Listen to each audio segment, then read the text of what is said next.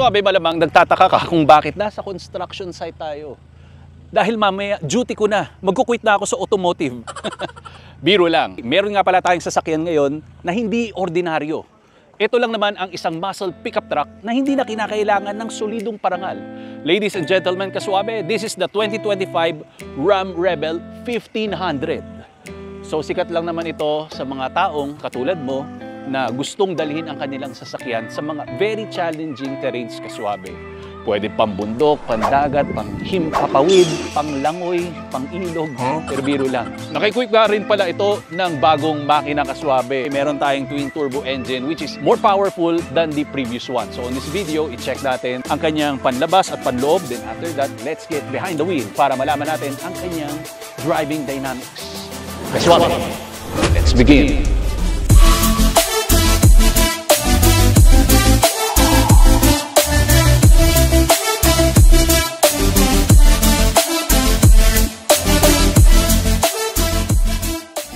Kaswabe, starting sa kanyang front fascia, napaka-macho. Lalaking-lalaki ang kanyang dating. Nagkaroon nga lang ito ng revision compared doon sa outgoing niya na Ram Rebel. So, comment down below kung ano mas nagustuhan mo ngayon. Then, meron kang active grille shutters dito. So, depende yan kung anong speed yung pinakatinatahak natin. And dito naman, ito, very rigid and solid yung ating front bumper. Siyempre, protection yan, kaswabe. Recovery hooks natin ay nandyan. And pagdating naman sa ating ground clearance, kaya favorite itong dalhin sa lahat ng terrains, kaswabe, umaabot ito halos ng 10 inches. Ang average niya nasa 9.5 and the headlamps is naka LED reflector lights tayo. Para sa akin, yun lang yung head scratcher. Bakit hindi pa nila nilagyan ng projector bulb? Although ito, meron siyang auto high beam na technology na. Ito naman sa bonnet natin, ang laki-laki. Nakikita mo, may mga swooping lines ka. For show lang, kaswabe, yung mga vents dito. Naka-performance sport hood tayo. Just for show lang ito, aesthetics. And yung 1500 na script is nandoon sa pinakagilid. So when it comes sa kanyang side profile, kaswabe, talaga naman kaakit-akit ang kanyang dimension. Full-size muscle pickup truck. Meron tayong matte finish na cladding dito. Tapos ang laki ng gulong natin at ang lapad, 275. 70 ang side wall, and naka 18 inches tayo na mid-gloss black painted wheels. Then yung suspension niya naman ay naka double wishbone tayo and coil spring. So moving here, naka power folding mirrors tayo, smart entry. Once na yung key fob, na sense nito, pwede mo lang i-press ng ganyan dahil nasa bulsa ko ang aking key fob. Then meron kang projection sa ilalim ng ating power folding mirror, which is yung RAM na script lalagay dyan. Mopar na running step board. Ang maximum nga pala na pwedeng i-hold nito ay umaabot ng 98 liters. Ganun katindi. Meron nga pala tayong 5 feet na dual cargo, which is pag meron kang gustong ipwesto ng mga gamit na ayaw mong naka-expose sa kanyang bed, pwede mong ilagay dito. Katulad na lang ng pang-offroad ko ng mga seat. Mopar na Rebel side graphics, ang ganda. So meron kang sticker dito. Pero if you will see the finish, meron siyang gloss black dito sa kanyang waistline, which is mas nagpa-sexy sa muscle pickup truck na to. Added nga pala na feature, ito, Mopar na step board. Hatakin mo lang na ganyan. Siyempre, pag hahakbang tayo rito, pwede kang umangat ng ganyan. At kung isusoli natin, tadyakan mo lang. Moving on, dito naman sa rear fascia natin, napaka-macho pa rin ng Ram na script dyan with 4x4. Pero pwede mo naman i-drive na 4x2 ito, kaswabe, rear wheel drive. Dual exhaust pipe yan. Black yung mga exhaust tips natin.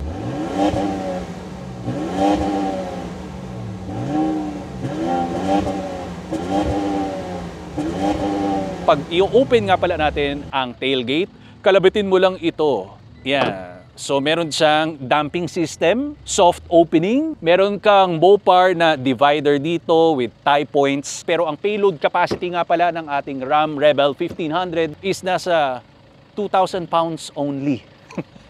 So pang performance driving talaga siya. And ang towing capacity naman ito ay nasa 11,000 pounds. Hindi mo na kinakailangan buhatin paangat ang ating tailgate kasi meron ka lang kakalibitin and automatically siya na ang kusang aakyat. Ganun lang naman ka-high-tech ang bagong 2025 Ram Rebel. Kaswabe, talking about its powertrain naman, i-dismiss na natin ang 5.7 liter Hemi V8 engine dahil pinalitan na ito ng all-new 3.0 liter twin turbo engine. I don't know kung ano magiging opinion mo dyan, Kaswabe, pero this one is much stronger kasi meron tayong 425 horsepower and 635 Newton meter of torque. Compared natin sa kanyang outgoing, this is 28 more horses and nag-add up ito ng 68 Newton meter of torque. Mated nga pala ito ng 8-speed automatic transmission, 4x4 siya, Kaswabe. Consumption niya naman ayon sa paper, nasa 8 kilometers per liter. Mas malakas to, kaya lang mas mahal na nga pala. Dahil ang unit price niya nasa 5.2 million and before that's 4.8, pero pag nag-update raw ito nasa 5.7 million pesos na. So check na lang natin kung ano mangyayari sa susunod na kabanata. Introducing Autosport. Kaswabe, this one is the world's most innovative mobility scooter that we can get para sa ating lifestyle and sa mga kababayan natin na PWD. Madali lang to, comes with 2 separate parts na pwede mong gawing trolley at the same time. Installed nga pala doon sa harap ang iyong illuminated LCD display for you to see the performance and enhanced lighting system para sa safety precautions pag nasa road ka or sidewalk na pwede mong ilagay sa sports car or regular car na trunk kasi maliit lang ito and very lightweight. Within seconds, ang dali lang i-assemble. Up to 10 speed ang kanyang taglay and 10 kilometers per hour ang kanyang maximum na pinartneran mo ng shock-absorbing flat-free tires for advanced performance and auto braking system. At hindi lang sa kotse, mantakin mo pati sa tren pwede. And flight approve ang ating baterya. Meron tayong lisensya. So, ibig sabihin, pag nag-travel ka around the world, kayang-kaya mo itong ilagay sa cabin at ibaba mo, ma-assemble mo kagad ito. Ang design nito ay talagang super passionate sila para ipakita sa inyo ang performance. So, ganun lang yon. Be active, be free, be yourself by Autosport. Ang link ay nasa description below para i-check mo na lang, Kaswabe. Well, Kaswabe, I'm here at the back seat ng Ram Rebel 1500 natin and everything here is super premium and rugged. Alam mo, kasyang-kasya, Kaswabe, yung malalaking pamilya dito. This is 3-seater pero I think 4 na adult kasya rito. Sobrang milyahe ng mga legroom natin and even yung roofliner ko to the moon, yung space. Kasi 5'10 and a half lang naman ako. Ang spasyo na to, parang pinaghalong second row and third row ng mga mid-size na pickup truck. Pangalanan nga natin yan. Biro lang. So nakikita natin dito, meron kang seat pocket and yung flooring natin, meron kang rubber floor matting na Mopar which is very durable kasi pangbasaan talaga to at pangwisikan. Alam mo, special pa niyan. Doon sa likod, meron tayong lalagyanan ng mga ice cube or kahit anong yelo rito. At least hindi siya matutunaw. Kasi pag nag-a-adventure tayo, kinakailangan presko yung mga i-chill natin, ng mga inumin. And syempre, pag may mga fruits tayong dala. So sa door panel, kulay pula. You have red metal finishes na mga elemento dito that wraps around sa buong Ram Rebel natin ng interior, brushed aluminum na door handle, Harman and Kardon na speaker dito sa door panel. And even dito sa likod natin, may mga speaker din. Center armrest and dual cup holders. Meron tayong bintana dito. Pag meron tayong mga gamit na importante at iaabot, pwede natin buksan yan. Yung controls nandun lang sa driver cockpit. LED lights. And eto naman ay pwedeng magbuhat ng isang bata.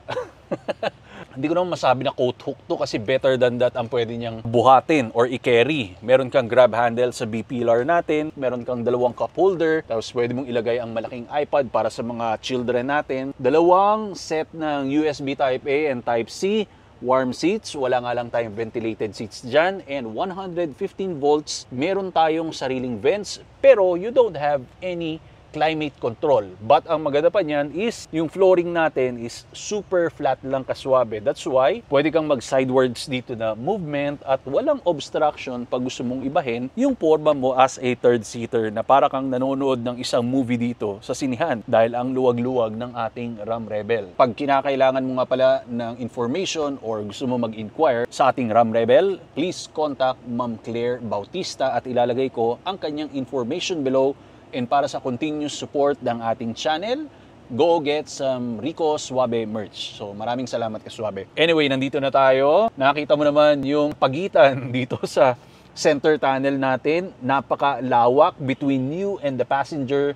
So ibig sabihin, pag meron kang partner dito, talagang magko-crawl ang iyong mga hands. May mga red metal trims tayo. Sabi ko nga, naka-wrap around yan. Dito sa pinakagitna, sa steering wheel natin, door panel, and even dito sa center console. So yan ang nagpaganda. That's why naging lavish and super tasteful ng interior ng ating Ram Rebel. Tapos yung mukha pa ng Ram with the horns. Super macho, lalong-lalo na yung nandito sa steering wheel natin. Anyway, ang bago nga pala na update dito, pinanood ko kasi yung Ram Rebel natin before na outgoing like the 2023 and 2021. Meron ka ng monitor doon sa passenger. So, ibig sabihin, may mga camera ka dyan and some information. Hindi ko lang masyadong binrouse kaswabe. So, ayan, pwede kang may makita. At least meron kang mapaglibangan while nag-off-road tayo. So, glove box compartment, 6-way power adjuster, 8-way power adjuster naman sa ating driver. And you have the Mopar na mga floor matting and durable. Mga goma siya, katulad nga pala dun sa likod. Ngayon dito sa taas, meron tayong mirror with vanity lights. Parehas yan. Meron kang mga grab handle. Both A-pillars natin ng passenger kasi yung iba, hindi na nalalagyan ito pero thankful tayo kasi mataas ang ating Ram Rebel. So up next kaswabe, eto naman. Tingnan mo to ha. Ang dami nating storage dito at ang daming kwarto. Kwarto number 1, meron kang lalagyan dito. Kwarto number 2, meron kang malalim na lalagyanan dito. Pag ginanyan mo, meron kang dalawang cup holders. Pag pinush mo pa forward, meron ka na naman another tray dito. Pero pag hindi pa yan enough para sa'yo at meron ka pang gustong abutin sa ilalim, yan, iusog mo at eto, kasyang-kasya hanggang kalahati ng braso ko. Pero ang super okay niyan, meron kang dalawang wireless charging pad na patayo ang posisyon ng phone para sa iyo and para sa passenger. At isipin mo, ang dami. 3 set ng USB Type A and Type C. Tapos meron ka pang HDMI. So ibig sabihin yan, ang dami mong pwedeng pagkabalahan. I think baka pwede ka mag-play ng something dito na pwedeng panoorin. May mga knob switches tayo rito for volume and sa radio natin. Tapos 14 inches ang ating touchscreen infotainment system with physical switches. Of course, yung mga pinaka-kinakailangan natin like the AC and even yung mga defogger natin, temperature, nasa bawat gilid lang. And syempre, naka-Android Auto and Apple CarPlay tayo rito kaswabe.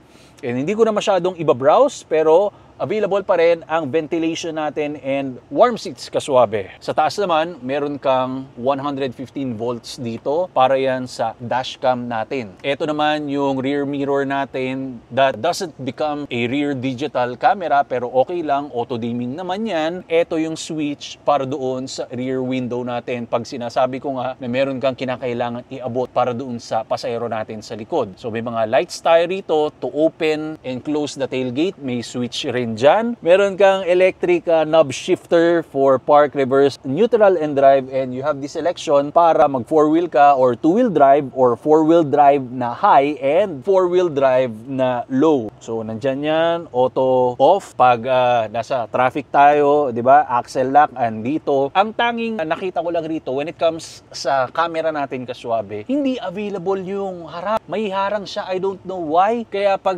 kunyari, pumunta ako ng Burger King, nag-take out ako, ang hirap talagang lahat ng mga salamin dito gagamitin natin and even sa parking ko, 3rd floor ako, medyo nagbabaking talaga ako. So parang mga 4-point yung ginagawa ko na maniubra and even yung turning radius niya dahil sobrang haba. Ang hirap sana. Nagkaroon tayong 360 camera. Why oh why? Bakit eto? Nawalan siya. Yun lang yung tanging question ko. Sabi ko baka hindi ko lang alam pero wala talaga walang camera. And sa mga side mirrors natin walang camera. Pero meron kang wide angle dito sa side mirror natin. Yun lang. Ang importante kasi sa akin yung hindi mag-gutter yung mga gulong natin. Siyempre yung body nito sobrang haba rin. So yan yung mga vents and I love this steering wheel. Parang nandito ang pinaka-macho na part Yung brushed aluminum dito na naka-deboss na ram together with that horn. This animal here, talagang meron siyang isinisigaw na confidence. Yung mga cruise control natin and paglipat ng mga pages natin, consumption ng fuel natin pero lumalabas sa aking 140 kilometers na nasa 4.2 kilometers per liter. Pati mga pang off-road na information naman nandito. Tapos yung ilaw natin nasa left side. Sa mga RAM talaga to pag gusto mong i-adjust yung pedals natin, the brake pedal and accelerator pedal, kung gusto mong mas mataas, pwede, or gusto mong mas pinakamalalim, pwede rin siya. And I think kaswabe, we are done here at ipakita ko naman sa iyo ang ating test drive impressions both on-road and off-road kaswabe sa kanyang natural habitat. Kaswabe, I am behind the wheel of the Macho Guapito at maangas na Ram Rebel. Talaga naman binigyan tayo ng mga sweet moments and unforgettable experience. Kasi pag sumakay ka rito, dagdag pogi ang kanyang inihahandog and yung confidence level mo pag nasa road ka nga pala kayang-kaya mo maging dominante, pero in a good way kinakailangan at lagi tayong nasa tama, tandaan mo yan kaswabe. Pero sa mga lahat na nakakatabi natin ng mga sasakyan, grabe, okay, nang liliit ang kanilang height. Parang mararanasan mong mabuhay ng mukha kang 7-footer at ano ba opposite ng nakatingala kaswabe? Nakayukot? Basta yun na yun. Ganun na nangyayari sa atin. Even yung mga katabi natin na Land Cruiser, halos mas mataas pa to eh. Pero syempre yung value natin pang Land Cruiser pa rin kasi nasa bandang 5 million. I don't know, baka maging updated na raw ito, pero sana maging cheaper pa yung mga American cars natin. Napansin ko lang yung growl ng V8 engine, yun lang yung nawala na talagang inaasam-asam natin sa katulad nitong mga macho na pickup truck. Yung start engine, yung cold start, and pag naka-idle mode tayo, pag diniinan mo yung accelerator or binomba mo, medyo naging tunog vacuum na lang siya. Pero ayon naman sa resources or on paper, mas naging fuel efficient ang ating Ram Rebel. Pero I don't know, ang nakalagay dito, ang naging average ko is nasa 4.5 kilometers per liter.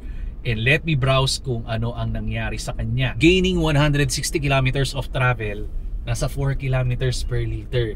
Pero hindi ko kasi ito kaswabe inilabas sa highway. So ang nangyari sa atin is the urban measurement lang, city driving. And ayun siya, napakalawak dito. Updated nga pala yung gauge cluster natin kung ikukumpara natin dun sa mga outgoing na Ram Rebel. Mas pinatindi, mas pinaganda. I love the knob electronic shifter natin, ang dali gamitin. Para kang nagda-drive ng go-kart na sobrang laki, pero the engagement and connection, alam mo nandun pa rin. It's really fun to drive sa kalsada kasi yung pagka-bouncy niya sobrang tender.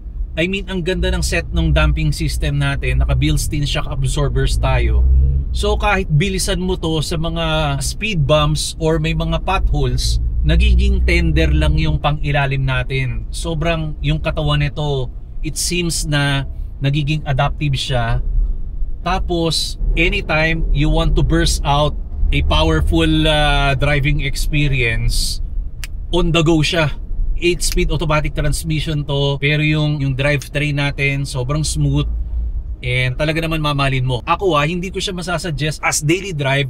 Practical siya when it comes sa space, pero hindi siya practical when it comes sa mga parking. Yun yung pinaka-challenging sa kanya. Ang sarap niyang ibiyahe, pero pag magpa-park ka na, medyo dun ka minsan magkakaroon ng problema kung saan ka man pupunta, sa mall or sa grocery, or meron ka lang pupuntahan na shop sa bandang kalsada. Yun yung nakita ko sa kanya. Sana nagkaroon tayo ng rear digital na camera kasi sobrang haba niya and walang 360 camera. I hope ma-update nila sa ganito kahaba. Mas kailangan natin na every corner meron tayong navivision na camera. And inilagay ko nga pala ito sa kanyang natural habitat kaswabe, which is pumunta kami sa off-road dirt track. So andun, syempre mga lupa. So off-road siya and ang ganda.